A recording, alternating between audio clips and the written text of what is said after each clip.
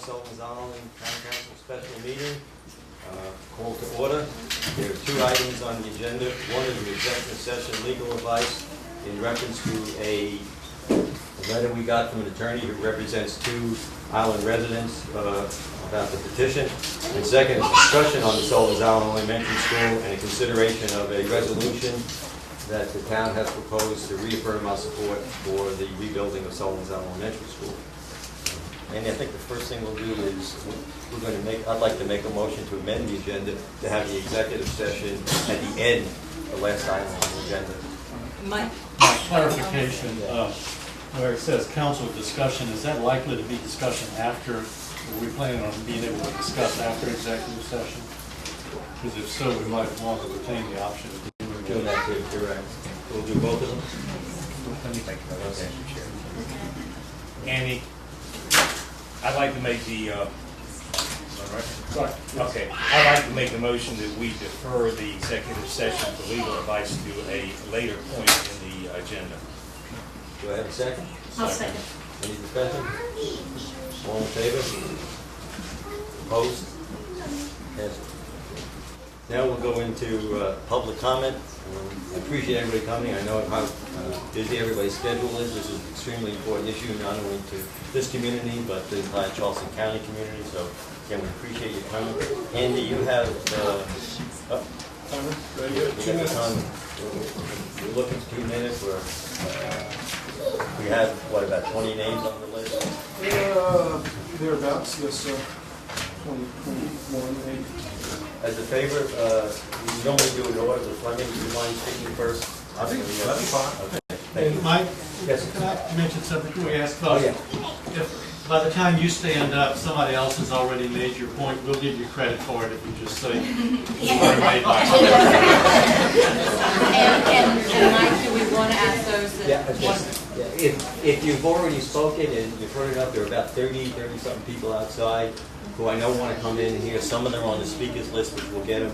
If you don't mind, when you finish speaking, switch places with some of the folks outside.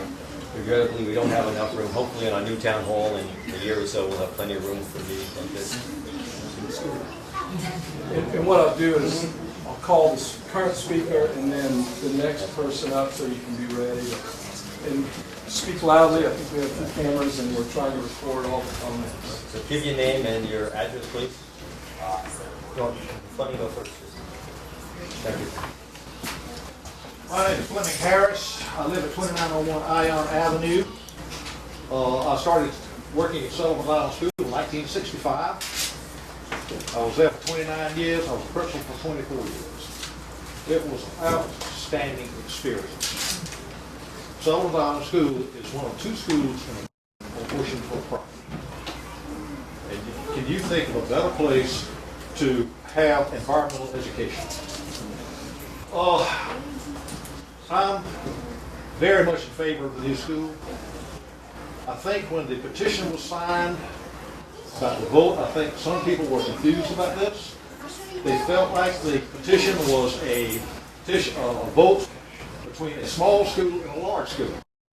Charleston, their policy is schools be built with no less than 500 kids.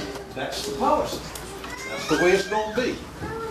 The state of South Carolina or FEMA or whoever makes a regulation on the height of the building, they said the building has to be so high off the ground. That's the regulation. That's the way it's going to be. I think if we have a vote on the school, it's going to be a vote of either a large school or no school. And that worries me. We have 3 things that make that school great. It's one of the top schools in the state. One of them is the faculty. We have, and I'm talking about all the way from the custodian to the principal to the office staff. Great big bunch of people, and they is what makes that school great. The next one thing is community involvement. I received a letter. I saw something there about the Friends of Sullivan Island, which seems to be an outstanding organization. 30 seconds. Another thing, how many of you know that a place like or what's on Front Beach up there? Huh? What? The bar on Front Beach has a soul. That's a memory. And you have community involvement there that's just outstanding. If this school was split into several different schools going from one school to another, that community involvement would be lost. Time. 5.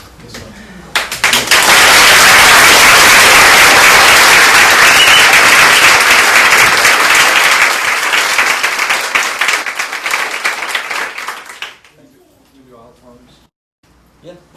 All right, Cindy Beal, Isle of Palms.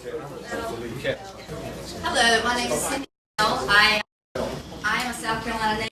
I've had the good fortune to live on the Isle of Palms for over 20 years. And I've got 2 children who have come through the school, and now I'm teaching kindergarten there. As an island resident, I feel like it has taken the islands to raise my children. We have, in my kindergarten class and at the school as a whole, one part of our motto is to raise outstanding citizens. We talk about trust and looking out for each other and respect. And I am just really proud to be where I am. I think island resident on Isle of Palms, we have always supported Sullivan's Island and all that, the fish fries and this and that, and I think the Isle of Palms has supported Sullivan's Island, and we have had our rec department, with the sports, and it's just kind of been a mutual relationship and a good thing. And I, as a kindergarten teacher, I would love to have people come into my classroom from the islands and read to them or welcome them. My kids have done great within the school, and we do rely a lot on our community.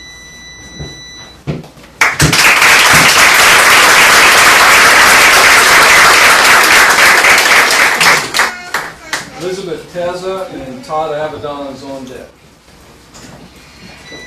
Elizabeth Teza, 2220 Atlantic. I don't have any children in the school, and I didn't go to school, although I'm a native Islander. What I'm here to do is affirm my support for the new school, and also to state unequivocally that I believe that only the council has the authority to execute a lease, and that no referendum is legally required. Thank you.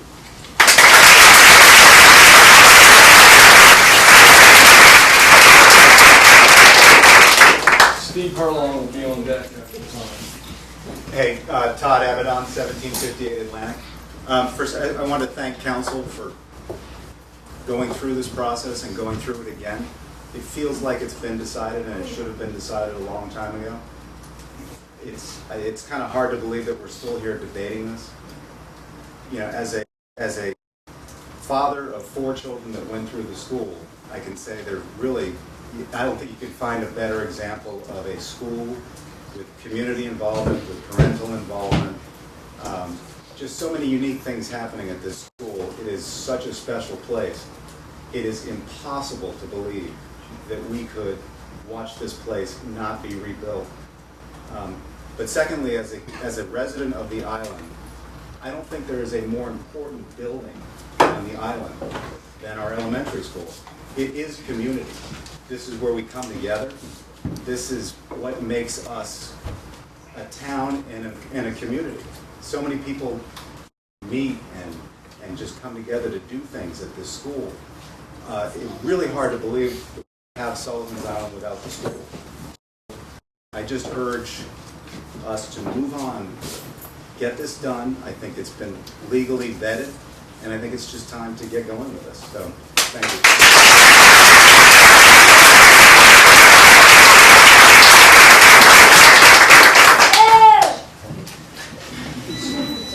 My name is Steve Furlong, and I'm Vice Chairman of the Sullivan's Island Design Review Board. And myself, along with the Chairman, Pat Elverton, just as a reminder, were invited to participate in probably a year's worth of meetings dealing with the height, scale, and mass and style of the new structure, new building. The meetings were, the final meeting, very open, very good discussions. I think it was abundantly clear that we discussed height, scale, and mass. We felt like everything was very appropriate to the island, and I just want to encourage council to please move this forward. I agree that right now there's something missing in our community, and it is the school. We've got to have this school to make Sullivan's Island the community that I moved to, that my kids went to school in. We need to have this school as soon as you can make this happen.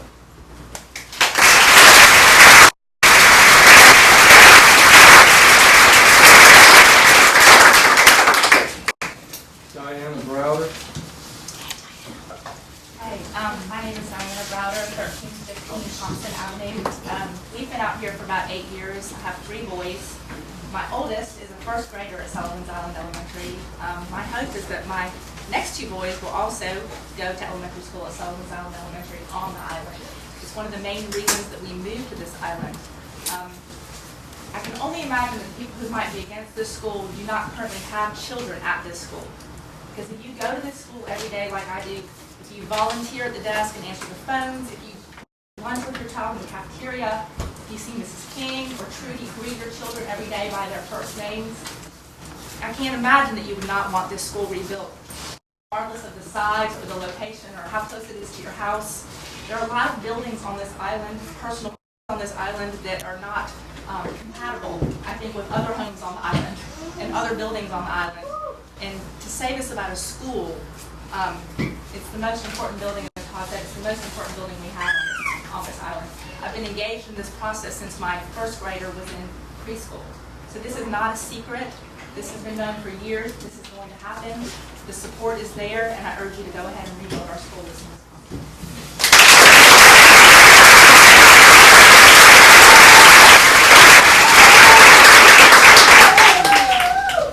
Did Jen Smith want to speak? Yes. Because you had a clump there, okay. I just wanted to. I'm Jen Smith, 2520 Raven Drive. Interesting to read in yesterday's paper an article about 3 elementary schools with enrollment at 144, 172, and 200 students. Towards the end of the article, our elected chairperson of Charleston County School Board, Chris Frazier, made a relevant point. Small schools cost more, but just because they're more expensive doesn't mean students are getting more. Sullivan's Island Elementary School has 445 students, and with it becoming a 500-student school, it will become its best. Thank you.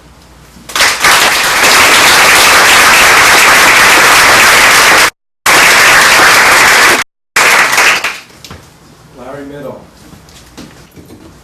Larry Middle, 2420 Raven Drive. I'm here to ask council to consider your outstanding work in the new school ASAP. A few infrequently noted reasons include the following. The proposed SIES design is much more attractive than the old school. In addition, it doesn't require the trailers to accommodate some students as was necessary for the old school. The proposed school enrollment is restricted to 500 students. This number is only 31, or 6.6% more than the 469 students enrolled at SIES in 1999, as recorded by the National Center for Education Statistics. Although it's frequently noted that island residents represent a relatively small percent of students enrolled at SIES, it is not only residents with elementary school-aged children that desire to keep our school.